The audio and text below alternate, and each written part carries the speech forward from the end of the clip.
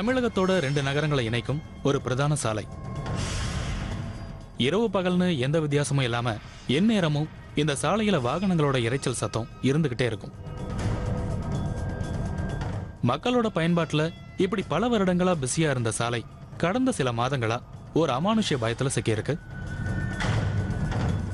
அதுக்கு காரணம் இரவு நேரத்துல இந்த சாலையில ஒரு உருவம் திடீர்னு தோன்றதாவும் 2 வீலர் மற்றும் கார்ல போறவங்களை வழிமறிச்சு வழிப்பறி செய்யறதாவும் பரவிட்டு இருக்கிற ஒரு அதிர்ச்சியான செய்தி.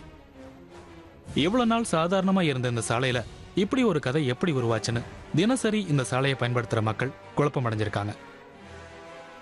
பலர் இந்த செய்தியை பெருசா எடுத்துக்கலனாலும் ஒரு சிலர் பயந்து போய் தங்களோட பாதையை மாத்திக்கிட்டாங்க. இந்த அமானுஷ்ய பயம் எப்படி ஆரம்பிச்சுன்னு தெரிஞ்சுக்க நாம சில வருடங்கள் பின்னாடி போகணும்.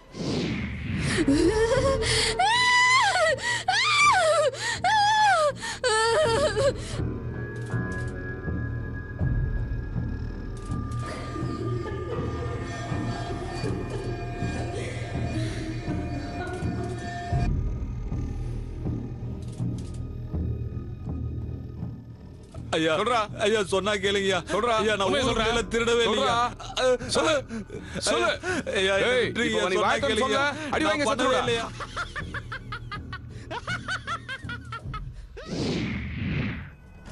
சில வருடங்களுக்கு முன்பு சிட்பண்ட் நடத்திட்டு இருந்த ராஜன் தன்னோட கடையை போட்டிட்டு 2 வீலர்ல வீட்டுக்கு புறப்பட்டாரு.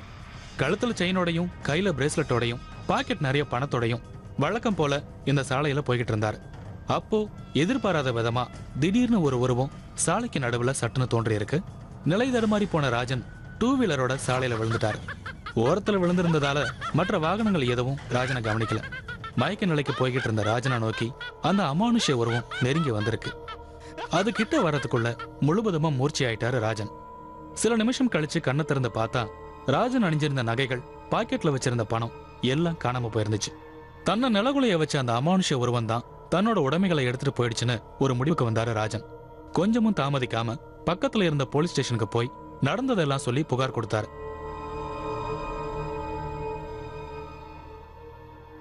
யாருப்பா வீட்டுல? கதவு திறங்கப்பா. யாருப்பா வீட்டுல?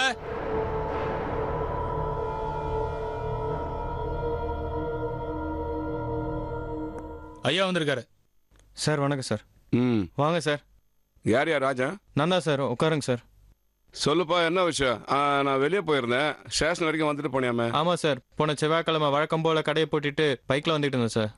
யாரோ ஒரு பெரிய உருவம் கருப்பா என்னை மறைக்கிற மாதிரி இருந்துச்சு சார். இறங்கி என்னன்னு பார்த்தா போங்கி என் தலையில் யாரோ அடித்த மாதிரி இருந்துச்சு சார். கொஞ்ச நேரத்தில் மயங்கி விழுந்துட்டேன் சார்.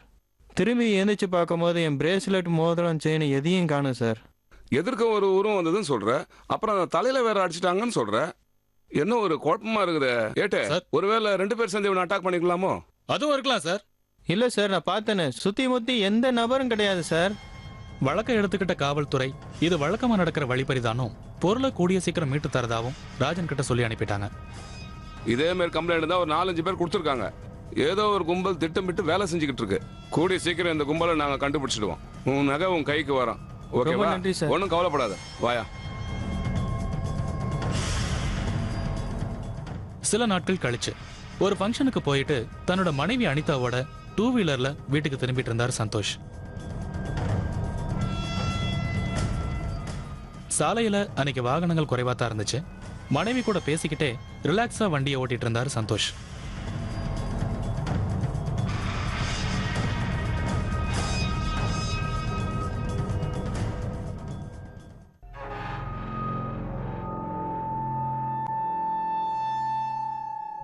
அப்போ திடீர்னு ஒரு இனம் புரியாத வெளிச்சம் சாலையில தோன்றியிருக்கு.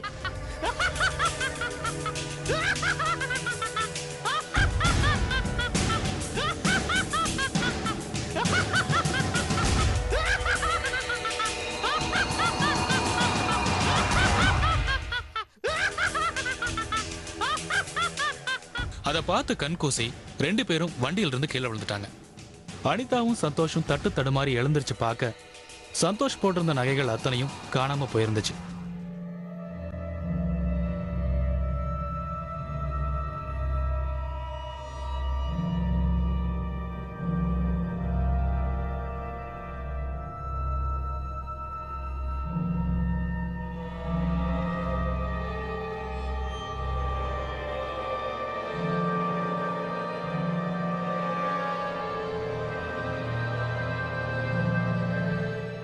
ஆனா அனிதாவோட நகைகள் எல்லாமே அவங்க கிட்ட பத்திரமா இருந்துச்சு.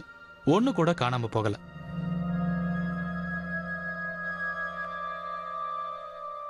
என்ன நடந்துச்சுன்னு யோசிச்சு பார்த்தப்போ ஒளியில தோன்றின அந்த உருவம் தங்களை நெருங்கி வந்தது 2 பேருக்குமே நினைவுக்கு வந்துச்சு. ஆனா அந்த உருவம் மனிதன் மாதிரி இல்லனும் களங்களா தெரிஞ்சிச்சுனும் ஒருத்தருக்கு ஒருத்தர் சொல்லிக்கிட்டாங்க.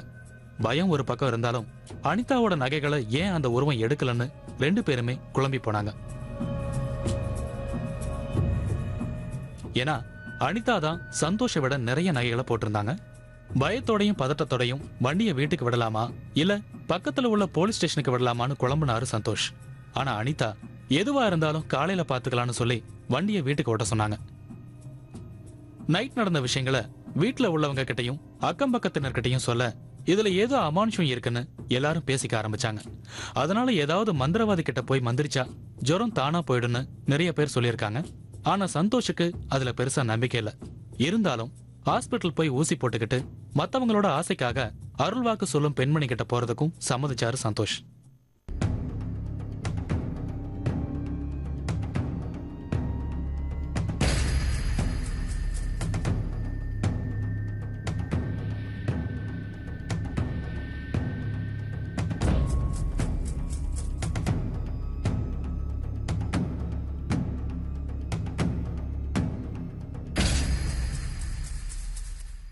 மா, நானும் என் பொண்டாட்டியும் நேற்று அவங்க அம்மா வீட்டுக்கு போயிட்டு வந்துட்டு இருக்கும்போது திடீர்னு ஒரு பெரிய உருவம் வந்து என்ன அடிச்சிருச்சுமா. அதுக்கப்புறம் என்ன நடந்துச்சுன்னே எங்களுக்கு தெரியலம்மா. என்னோட நகை மட்டும் காணாம போயிட்டு என் ஒய்ஃபோட நகைலாம் அப்படியே இருக்குமா. என்ன பண்றதுனே தெரியலம்மா. நாங்கள் 2 பேரும் பயந்து போயிருக்கிறோம். நீங்க தான் ஒரு நல்ல அருள்வாக்கு சொல்லணும். தாயே நாகாத்தம்மா, காளியம்மா, பத்ரகாளியம்மா, எனக்கு துணையா வந்து இந்த பிள்ளைங்களுக்கு ஒரு நல்ல அருள்வாக்க கொடுமா தாயே. தாயே நாகத்தம்மா, பத்ரகாளி, மாரியாத்தா. அருள்வாக்கு சொல்லும் பெண் கிட்ட நடந்த விஷயங்களை சொல்ல கொஞ்ச நேரம் கண்களை மூடி இருந்த அவங்களுக்கு அருள் வந்து திருநீரை எடுத்து 2 பேருக்கும் வச்சு விட்டாங்க. ஒரு ஆவி அந்த சாலையில சுத்துறதாவும் அதோட நோக்கம் நிறைவேற வரைக்கும் அந்த பக்கமா போற ஆண்களுக்கு ஆபத்துன்னு சொன்னாங்க அருள்வாக்கு சொல்லும் பெண்.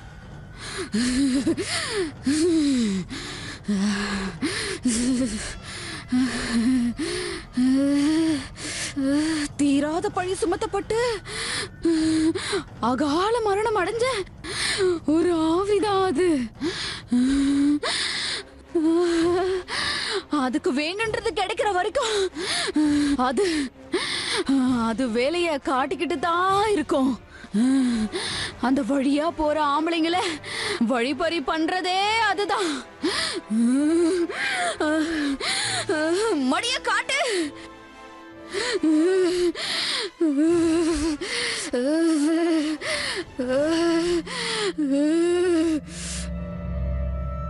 அது யாரோட ஆவி? ஏன் ஆண்களை மட்டும் அது பழி வாங்குது? ஏன் பண நகைகளை எடுத்துக்குதுன்னு பல கேள்விகள் ஊருக்குள்ள உலாவர ஆரம்பிச்சிச்சு.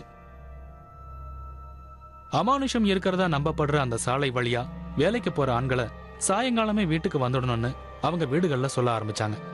நமக்கு ஏன் வம்புன்னு பலர் பாதைகளை மாத்திக்கிட்டாங்க.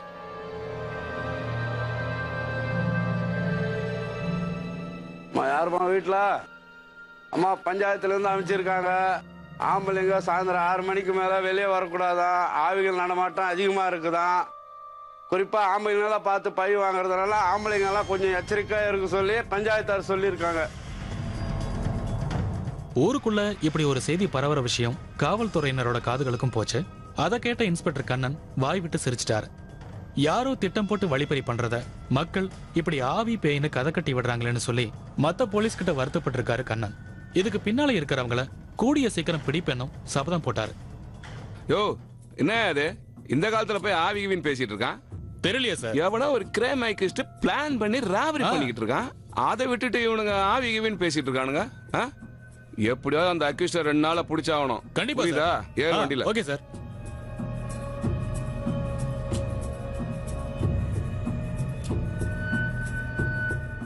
ஆனா அவருக்குள்ளயும் ஒரு சந்தேகம் இருந்துச்சு. திருடணும்னு நினைக்கிறவங்க எல்லாரோட நகையும் தான் எடுப்பாங்க. ஆனா இந்த சாலையில ஆண்களோட உடைமைகளை மட்டும் எடுக்க காரணம் என்னங்கிறது தான் அவரோட நியாயமான சந்தேகம். ஒரு பிரதான சாலையில அமானுஷ்ய உருவம் தோன்றி ஆண்களோட உடைமைகளை மர்மமான முறையில பறிக்குதுங்கிற செய்தி அக்கம் பக்கத்து ஊர்களுக்கும் அந்த சாலையை வழக்கமா பயன்படுத்துற அத்தனை பேருக்கும் ஒரு பெரிய அதிர்ச்சியை ஏற்படுத்துச்சு. அந்த பகுதியோட காவல் ஆய்வாளர் கண்ணன் இந்த சாலையில நடக்கிறது வழிப்பறிதான்னு ஒரு தீர்க்கமான முடிவுக்கு வந்திருந்தார். சில நாட்கள்ல திருடர்களை பிடிச்சே ஆகணும்னு சபதம் எடுத்துக்கிட்டார். வழக்கமா எப்பவும் பரபரப்பா இருந்த சாலை இப்போ நிலவர அமானுஷ பயத்தால வெறிச்சோடி கடந்துச்சு.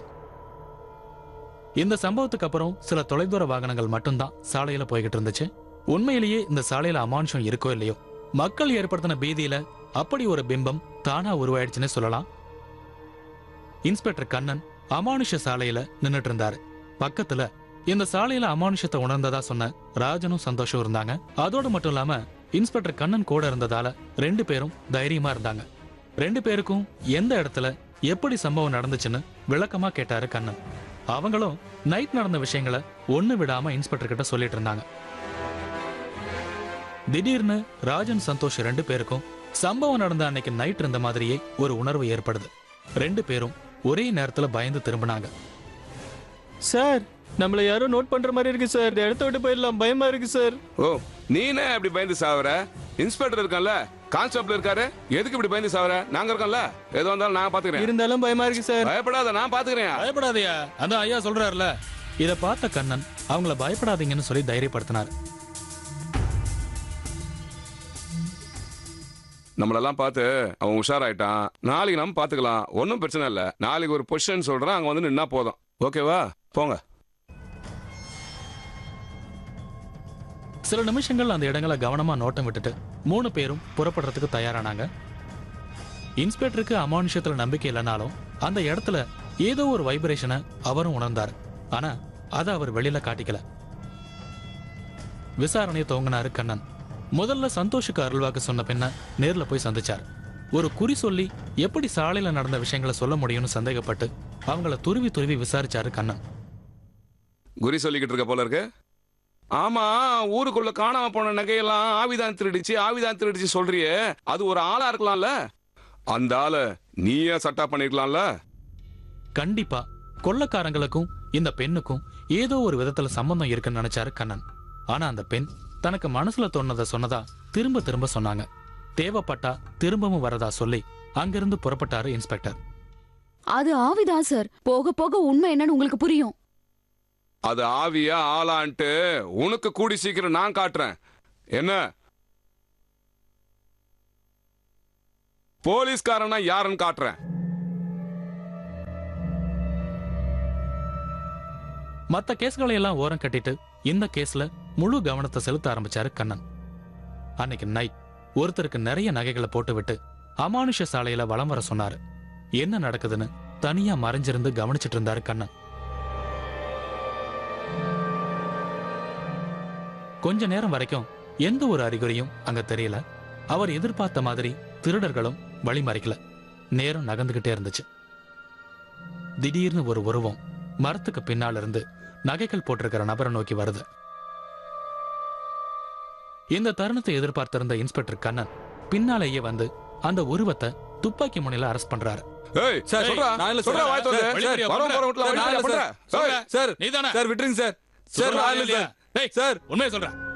பிடிப்பட்ட நபரை விசாரிச்சா தான் ஊருக்கு புதுசுன்னும் முதல் தடவையா இப்பதான் திருட முயற்சி செஞ்சதாவும் அவர் சொன்னார். சொல்ற, அவன் பேர் என்னடா? ஐயா, என் பேர் குப்பையா. சரி சொல்லு, ஊருக்காரங்கிட்ட அடிச்ச நகையெல்லாம் எங்க வச்சிருக்க? ஐயா, ஊருக்குள்ள எல்லாம் நான் அடிக்கவே இல்லைங்க. ஏய், நீ அஃபென்ஸ் பண்ணும்போது உன்னை நான் கையும் காலமா நான் பிடிச்சிருக்கேன்டா.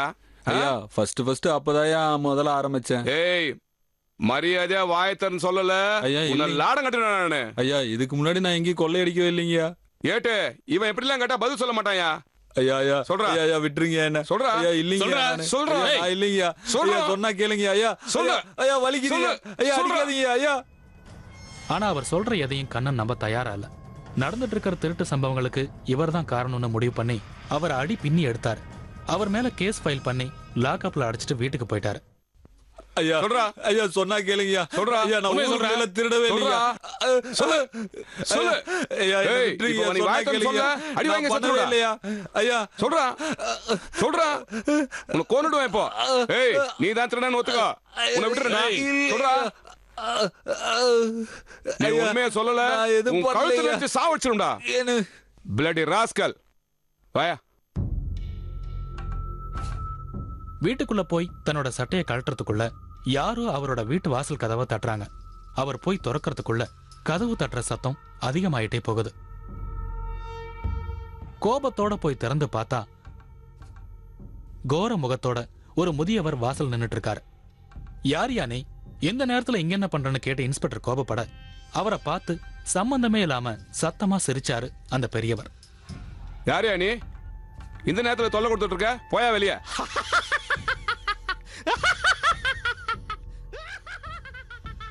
பைத்தியமா இருக்குமோன்னு நினைச்சிட்டு கதவை சாத்த போன இன்ஸ்பெக்டர் அந்த முதியவர் திடீர்னு இளைஞனா மாறினதை பார்த்து அதிர்ச்சி அடைகிறார். இந்த பையனை எங்கேயோ பார்த்த மாதிரி இருக்கேன்னு யோசிச்சாரு இன்ஸ்பெக்டர் கண்ணன். அமானுஷ சாலையில நடந்த சம்பவங்களுக்கு காரணமா நினைச்சு ஒருத்தர் அரெஸ்ட் பண்ணிட்டு வீட்டுக்கு வந்தாரு கண்ணன். அப்போ ஒரு முதியவர் அவரோட வீட்டு கதவை தட்ட கோபத்தோட வந்த கண்ணனோட கண்ணுக்கு அந்த முதியவர் ஒரு இளைஞரா காட்சி தராரு. இந்த இளைஞனை எங்கேயோ பார்த்த மாதிரி இருக்குன்னு ஞாபகப்படுத்தி பார்த்தாரு கண்ணன். சில மாதங்களுக்கு முன்னாடி ஒரு நாள் இரவு ரோந்து பணியில இருந்தாரு இன்ஸ்பெக்டர் கண்ணன்.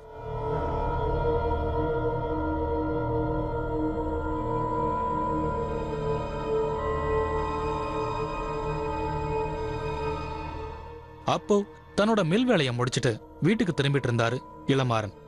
அவரை வழிமறைச்ச இன்ஸ்பெக்டர் இந்நேரத்துல எங்க போய்கிட்டு இருக்குன்னு விசாரிச்சாரு. மில்லுல லேட் ஆயிடுதா சொல்றாரு இளமாறன். ஆனா அதை நம்பாம சந்தேக கண்ணோட இளமாறனை பாக்குறாரு இன்ஸ்பெக்டர். எவ்வளவு சொல்லியும் நம்பாம அவரை ஸ்டேஷனுக்கு கூட்டிட்டு போறாரு. இந்த நேரத்துல இந்த பக்கம் என்ன வர? சார் ஆ? சார் ஏய், சார் என்ன பத்தி யார்கிட்ட கேட்டு பாருங்க சார், நான் ரொம்ப நல்லவன் சார். யாருக்கிட்ட போய் என்ன கேட்க சொல்ற? சார். ஏ கான்ஸ்டபிள், இவனை கூட்டுக்கோ. சார் இருக்கிற கேஸ் எல்லாத்தையும் இவன் மேல ஃபைல் பண்ணியா? சார் சார் ஃபைல் பண்ணியா? சார் வேணாம் சார். சார் சார் அங்க வச்சும் அவரை அடிச்சு துன்புறுத்தி தான் ஒரு திருடன்னு ஒத்துக்க சொன்னாரு. ஆனா உயிரே போனாலும் தான் ஒரு திருடன்னு ஒத்துக்க முடியாதுன்னு சொல்லிட்டாரு இளமாறன். அதை நம்பாம வெகு நாளா பிடிபடாம இருந்த திருடன் பிடிபட்டுட்டதா செய்தித்தாள்களுக்கு செய்தி அனுப்பிட்டாரு இன்ஸ்பெக்டர். மறுநாள் காலையில இளமாறனோட புகைப்படத்தோட செய்தித்தாள்ல செய்தி வந்துடுது. இத பார்த்த இளமாறனோட அப்பாவும் அம்மாவும் அதிர்ச்சி அடையறாங்க. அக்கம் பக்கத்துல செய்தி பரவ அவமானத்தால கூனி குறுகி தற்கொலையை செஞ்சுக்கிறாங்க.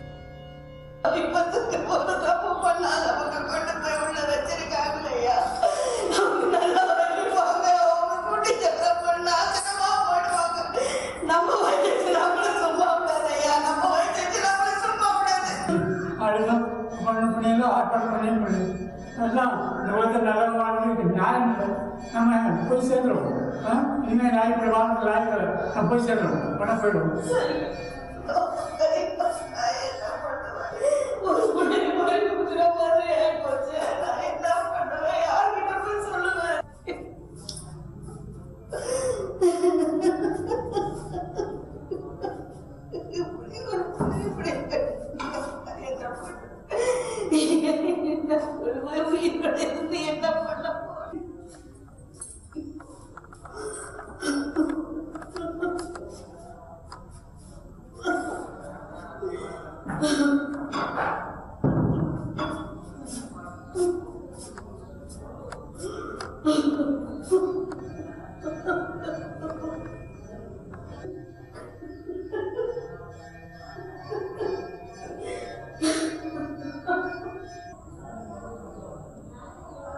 ஒரு பையன் தான்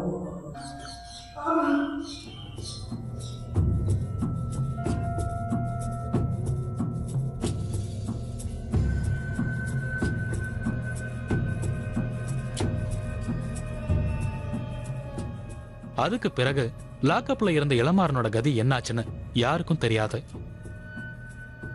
நடந்த சம்பவங்கள் எல்லாம் இன்ஸ்பெக்டர் கண்ணனுக்கு நினைவுக்கு வர இதுவரைக்கும் அவருக்கு இல்லாத பய உணர்ச்சி வந்து உடல் எல்லாம் நடுங்க ஆரம்பிக்குது. மறுநாள் காலை அவரோட உடலை இறந்த நிலையில அக்கம் பக்கத்து மக்கள் பார்த்திருக்காங்க. அதே நேரம் காணாம போயிருந்த நகைகள் அவங்க வீட்டு வாசல்ல கிடந்துச்சு. அன்னையிலிருந்து சாலையும் எந்த ஒரு அமானுஷமும் இல்லாம சாதாரணமா மாறிடுச்சு. இளமாறன் அந்த மக்கள் மத்தியில கடவுளா மாறி போனாரு.